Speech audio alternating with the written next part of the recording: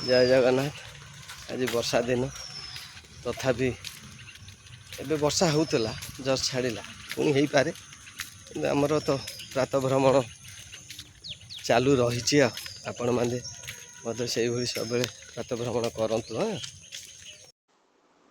नमस्कार सांग मैंने आज वर्षा कंटिन्यू चली आम आज गोटे नुआ जिनस कहवाई आप चाहूँ कखारु मंजीर उपकारिता पंपकिन सीड्स समस्ते आपण मैंने जानती कखारु प्रतिदिन रोषे व्यवहार होता है ता भितर कखारु भीतर जो मंजी थाए आम मंजीरे कौन पाई था आपण मानक कहूँ ए प्रोटीन फाइबर मैग्नेशियम जिंक और एंटीऑक्सीडेंट प्रचुर परिमाण थाए।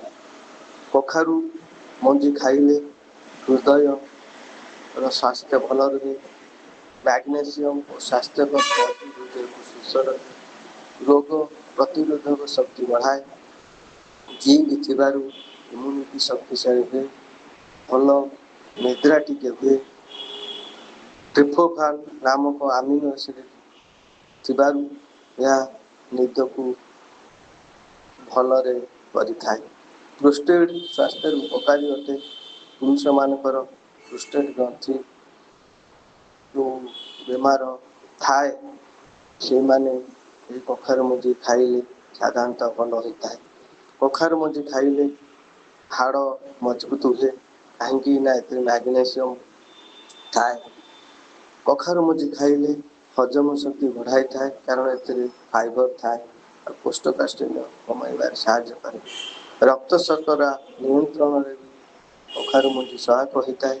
डायबिटीज रोगी मैंने कखार मंजी की खाइबा उचित। देखो आज्ञा कखारु एमती गोटे परिवा प्रत्येक दिन रोषे घर में व्यवहार होता है। कखारुर प्रति जिनिस आपण कखारु कखारु डंक कखारु फूल एवं कखारु मंजी बहुत प्रकार रोग ये कखारु गचरे थाए।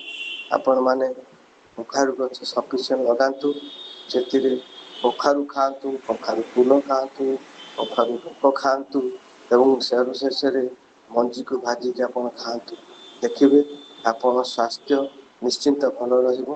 कखारु मंजी को फपाड़तु नहीं एते प्रकार उपकारिता थिबारु आपण माने कखारु मंजी खाइबाटा निहाती दरकार। जय जगन्नाथ।